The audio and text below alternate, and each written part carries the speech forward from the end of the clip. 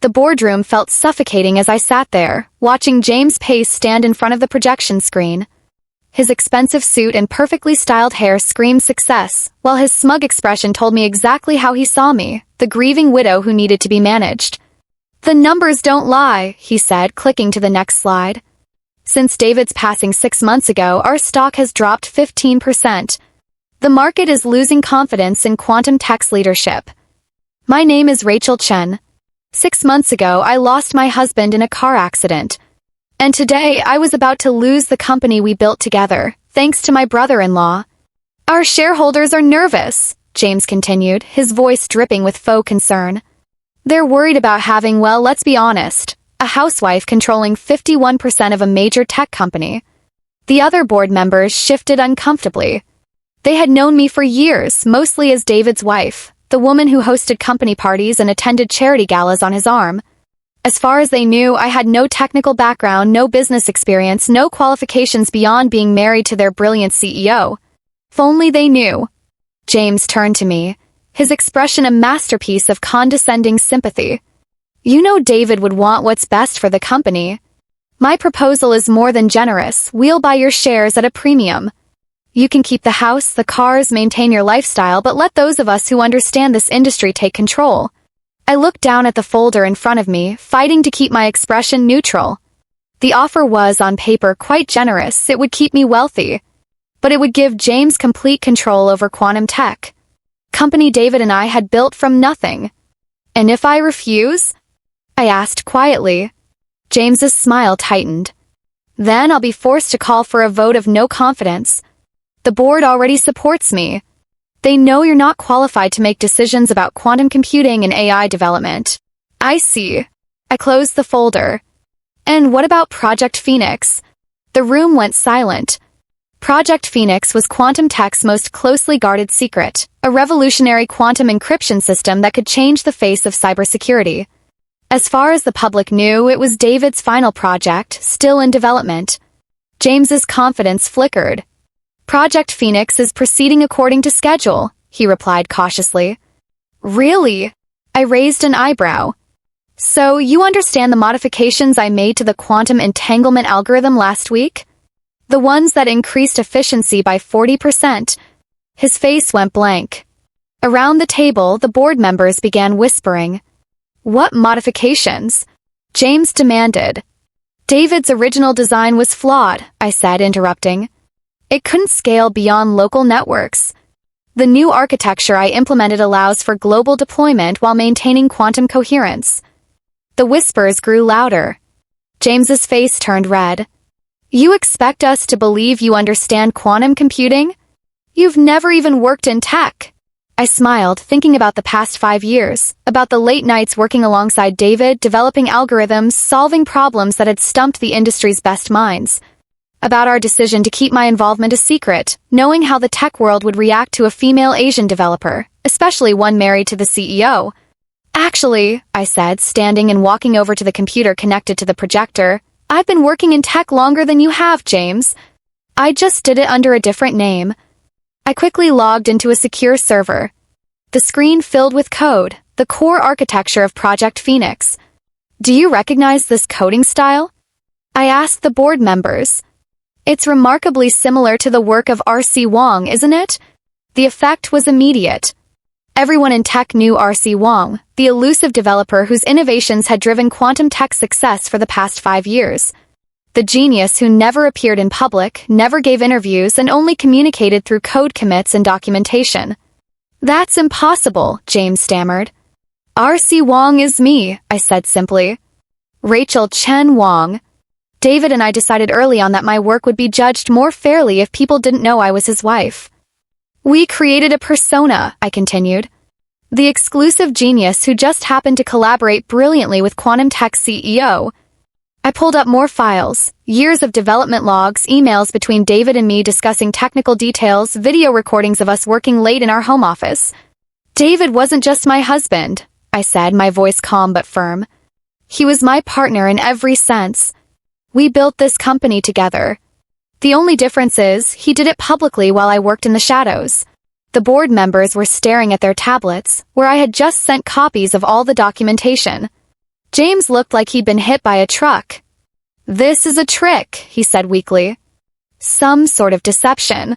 Would you like me to explain exactly how the quantum entanglement modifications work?" I offered. "Or maybe you prefer to discuss the neural network architecture I designed for our ad division, the one you've been taking credit for managing these past 6 months?" The next hour in the boardroom was unlike anything anyone present had ever experienced. I walked them through Project Phoenix's architecture, explaining complex quantum computing concepts with the ease of someone who had spent years immersed in the field. With each explanation, each technical detail I elaborated on, James's face grew paler. "But the patents," he finally interrupted, grasping at straws. "They're all in David's name." I pulled up another file. "Actually, they're jointly held. David insisted on it, though I wanted to keep using the RCW alias." I smiled slightly at the memory. "He said someday the world would need to know the truth." Marcus Chen, our head of development, no relation to me despite the shared surname, leaned forward. "The Quantum Bridge Protocol, that was you? The one that solved our coherence issues?" I nodded. David was brilliant with hardware, but software was always my strength. We complemented each other perfectly. "That's why he never fully explained how certain systems worked," Marcus said, realization dawning. "He always deflected to RCW's documentation." "Because I wrote it," I confirmed. David and I had an agreement.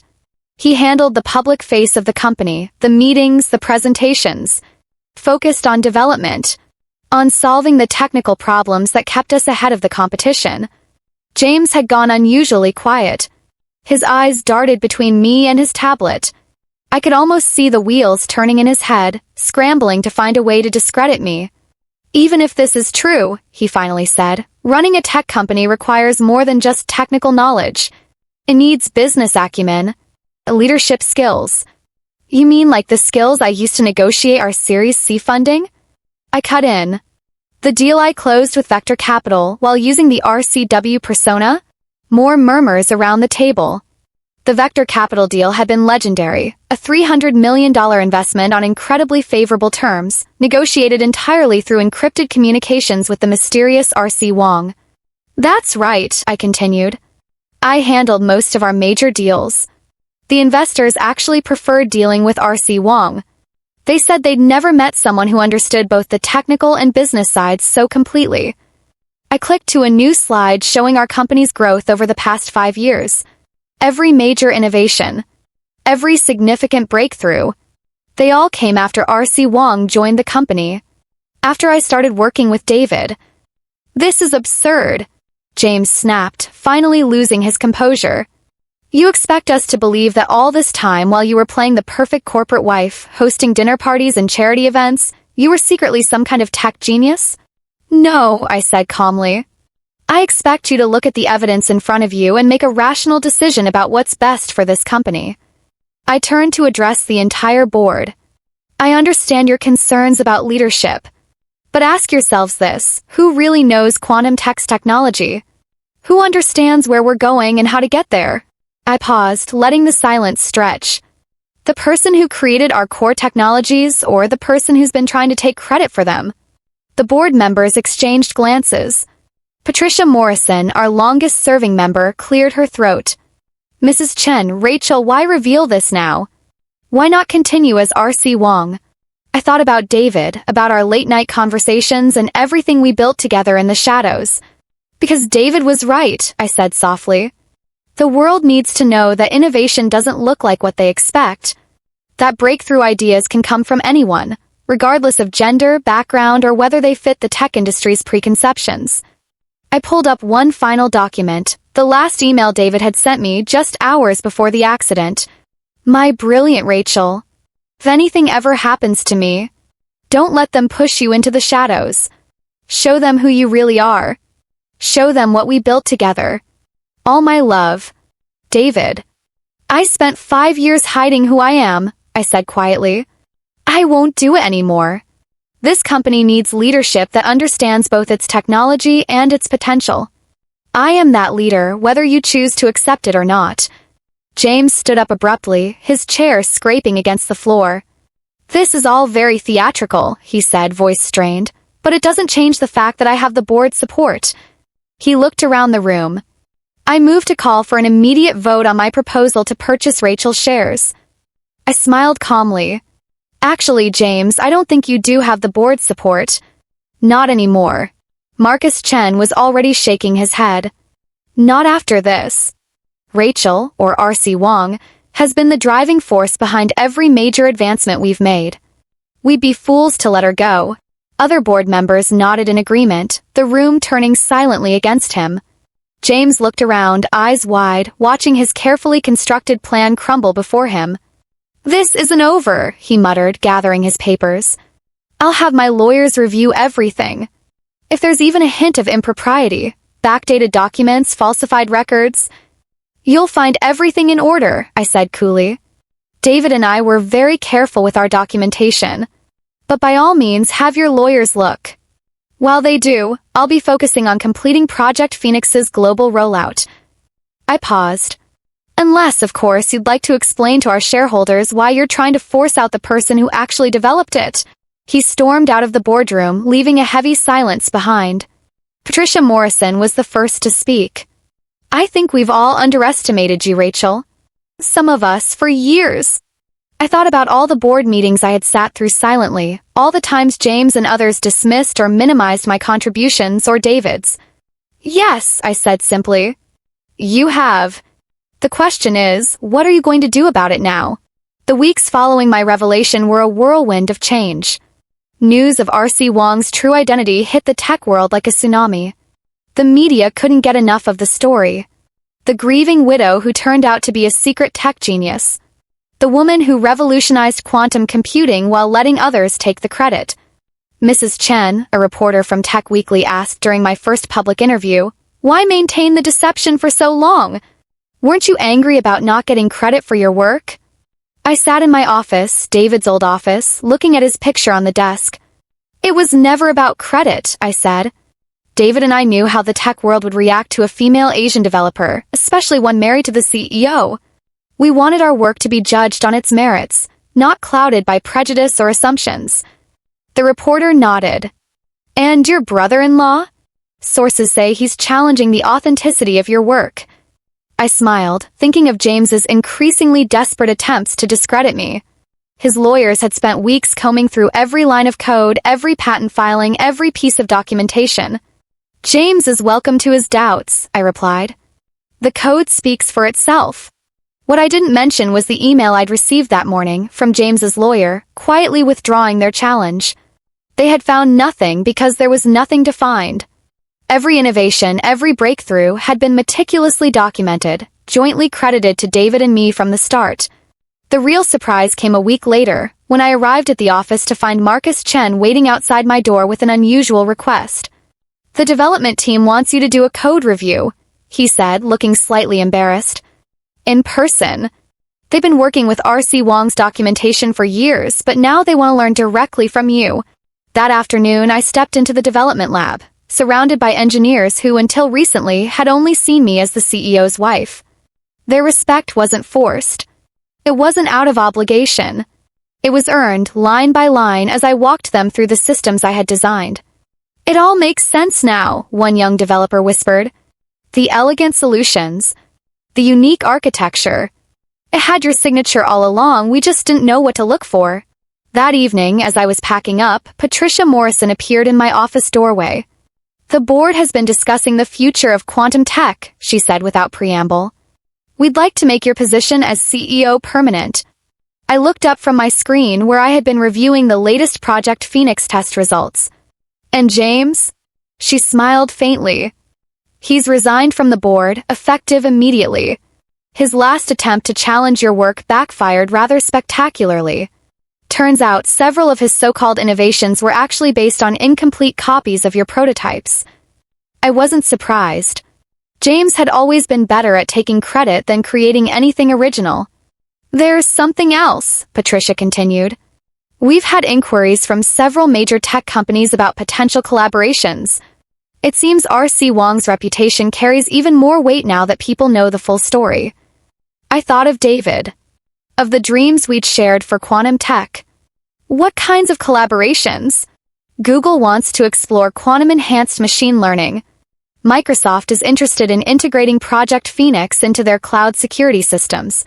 And SpaceX, she paused for effect, wants to talk about quantum communications for their Mars mission. I smiled. I looked again at the photo of David on my desk. I could still hear his voice, urging me to think bigger, to go beyond every limitation. Schedule the meetings, I said. But make it clear I'll be representing quantum tech as myself.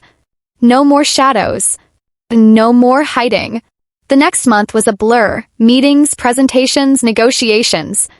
I spoke at tech conferences, gave interviews to major publications, and launched new mentorship programs for young women in STEM. The story of R.C. Wong became a rallying cry across the tech industry, a symbol of hidden talent, of systemic bias, and of the courage it takes to finally step into the light. James, meanwhile, had vanished from public view. The last I heard, he was trying to launch his own startup. But investors were wary. His reputation for taking credit for others' work had spread far and wide. 1 year to the day after my revelation in the boardroom, I stood on stage at the World Technology Summit. I was about to unveil the global launch of Project Phoenix. The auditorium was packed with industry leaders, investors, and reporters. The buzz in the room was electric. Quantum computing isn't just about processing power, I began, looking out across the sea of faces. It's about seeing possibilities others miss. It's about having the courage to pursue solutions that seem impossible. I clicked to the first slide, a picture of David and me in our garage years ago building our first quantum prototype. This is where quantum tech really began, I continued. Not in a fancy lab or glass tower, but in a garage.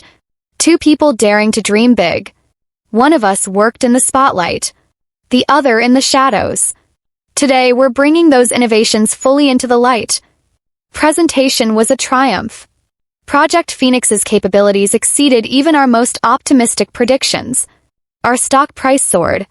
But more importantly, we were changing the face of cybersecurity forever. After the presentation, as I was gathering my things backstage, I found a note slipped into my bag. It was from James.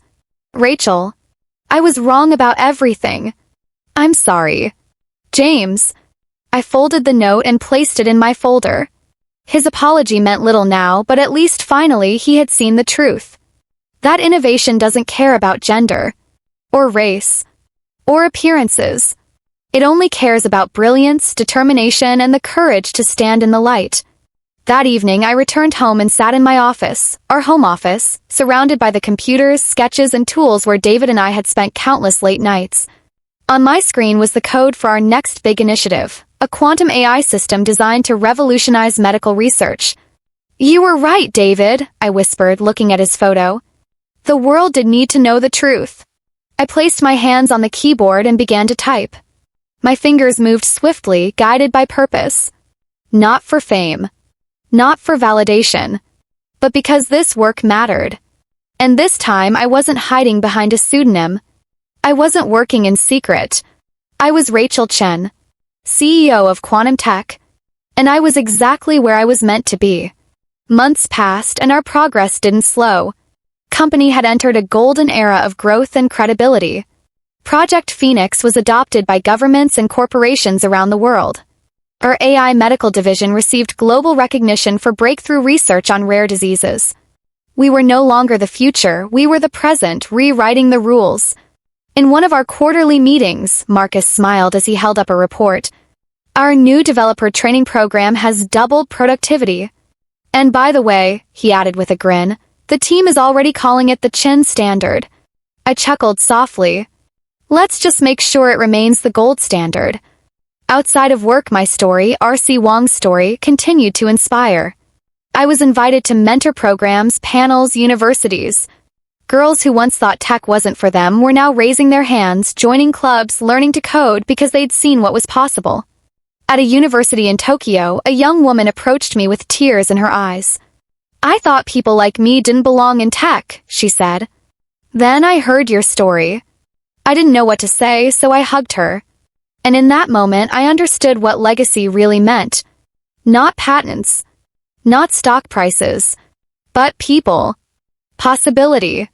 The doors we leave open for those coming next.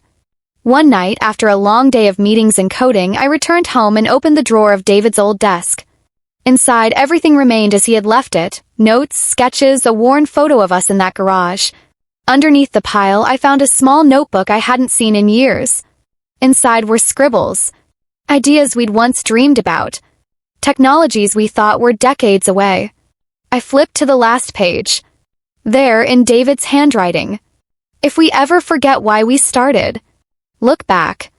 We didn't do it for applause. We did it to make the world better." D. Tears welled in my eyes. Not from sadness, but from clarity. From the full circle weight of what we had begun, and what I now carried forward. I looked around the room, at the blinking lights of the servers, the soft hum of machines, the glowing screen showing live data from a hospital halfway across the world using our AI tools to save lives. This was the reason. I picked up the notebook, placed it beside me, and began coding again. Not as R.C. Wong. Not as the hidden force behind a man's legacy.